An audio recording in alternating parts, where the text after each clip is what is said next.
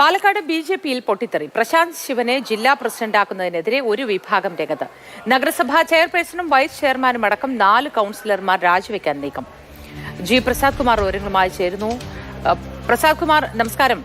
ഇപ്പോഴിതാ ബിജെപിയിൽ പാലക്കാട് വലിയൊരു പൊട്ടിത്തെറിയാണ് ഉണ്ടാവുന്നത്. നഗരസഭാ ചെയർപേഴ്സണും വൈസ് ചെയർമാനും അടക്കം ഈ 4 കൌൺസിലർമാർ രാജിവെച്ചാൽ പിന്നീട് അതിന്റെ ഭാവി തന്നെ അവസാനിക്കുന്ന ഒരു ഘട്ടത്തിലേക്കല്ലേ പോകുന്നത്? എന്താണ് കാരണം?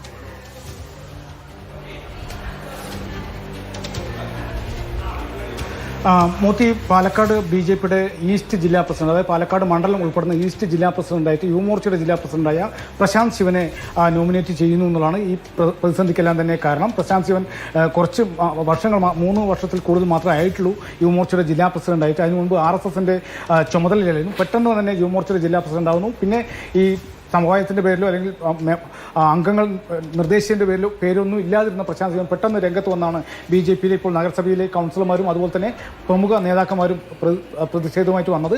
അവർ യാക്രയിൽ ഒരു യോഗം ചേർന്നു. ഏതാണ്ട് 7 കൗൺസിലർമാർ, ചെയർപേഴ്സണും വൈസ് ചെയർമാനും അതുപോലെ സംസ്ഥാന ട്രഷററാണ് ഇ കൃഷ്ണദാസ്, അങ്ങനെ മൊത്തം 7 നഗരസഭാ കൗൺസിലർമാർ, കുറച്ച് വാർഡ് മെമ്പർ, അതേപോലെ തന്നെ ഈ ജില്ലയിൽപ്പെടുന്ന കുറച്ച് പ്രമുഖ നേതാക്കന്മാരാണ് 1 മണിക്കൂറോളം യോഗം ചെയ്യുന്നത്. പക്ഷേ അവർ കാര്യമായിട്ട് നമ്മളോട് പ്രതികരിച്ചില്ല. പക്ഷേ നമുക്ക് അറിയാവുന്നതാണ്. അപ്പോൾ ഈ കൃഷ്ണകുമാർ പക്ഷം പാലക്കാട് ജില്ല പിടിച്ചെടുക്കുന്നു. നഗരസഭയിൽ മാത്രമല്ല, പാലക്കാട് ജില്ല തന്നെ, പാലക്കാട് മണ്ഡലത്തിലും തോൽവിക്ക് കാരണം കൃഷ്ണകുമാറാണ്. അതും ആ ദയനീയമായ തോൽവി അങ്ങനെയുണ്ട്. അത്തരം കാര്യങ്ങളാണ് അവർ ഉന്നയിക്കുന്നത്. നമുക്കിവിടെ പാലക്കാട് ജില്ലാ പ്രസിഡന്റ് KM ഹരിദാസ് ഇപ്പോൾ ചെയ്യുന്നുണ്ട്.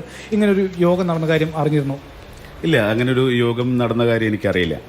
അപ്പോൾ അവർ പറയുന്നത് ഇപ്പോൾ ഈ പ്രശാന്ത് ശിവന് 35 വയസ്സ് പ്രായമായിട്ടുള്ളൂ. 45 to 60 ബിജെപിയുടെ പ്രായപരിധി. മാത്രമല്ല സജീവമായിട്ട് ബിജെപിയിൽ വന്നിട്ടുള്ള 4 വർഷമെങ്കിലും പരിചയം വേണമെന്നുണ്ട്. അതൊന്നും ഇല്ല എന്നാണ് പറയുന്നത്.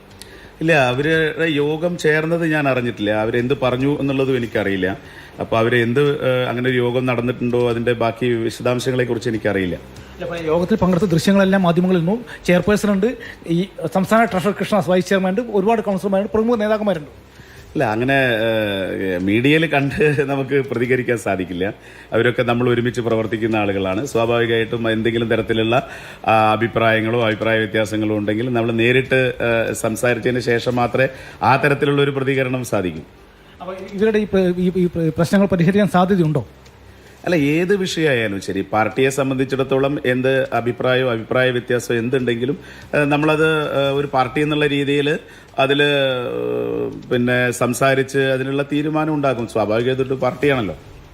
ഇതിൽ വോട്ടർമാർ ബിജെപിയിലെ ജില്ലാ പ്രസിഡന്റ് വോട്ട് ചെയ്യാമെന്ന ആൾക്കാർ കൂടുതൽ വോട്ട് രേഖപ്പെടുത്തിയ ആരുമില്ല, 3 പേരും ഇല്ല എന്നാണ് പറയുന്നത്.